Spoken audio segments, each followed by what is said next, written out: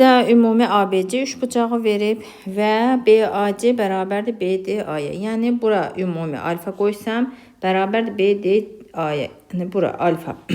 İndi burada bir beta qoyuram. Bu beta bucağı həm ABD-nin ortaq bucağıdır, həm ABC-nin ortaq bucağı olacaq. Bu zaman BD-ni 8 verib, DC-ni də 10 sm verib və bizdən AB-nin uzunluğunu istəyir. Bu üçbucağın oxşarlığına əsasən burada qamma olacaq və burada bir qamma olacaq. İndi baxın, balaca üçbucaqda, yəni ABD üçbucağında qammanın qarşısına nə var? 8. Böyük üçbucaqda qammanın qarşısına nə var? AB 8 bölünsün AB bərabərdir.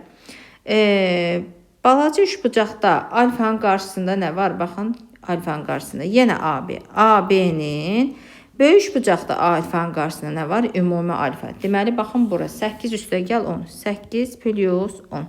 Deməli, nə olacaq? AB-nin kvadratı bərabərdir. 8 vurulsun, bunların da cəmi 18. 8 18-ə vursaq 144 eləyəcək. AB də bərabərdir. 144-dən kök 12 çıxacaq. Cavab 12 olacaq. AB tərəfi oldu 12 sm.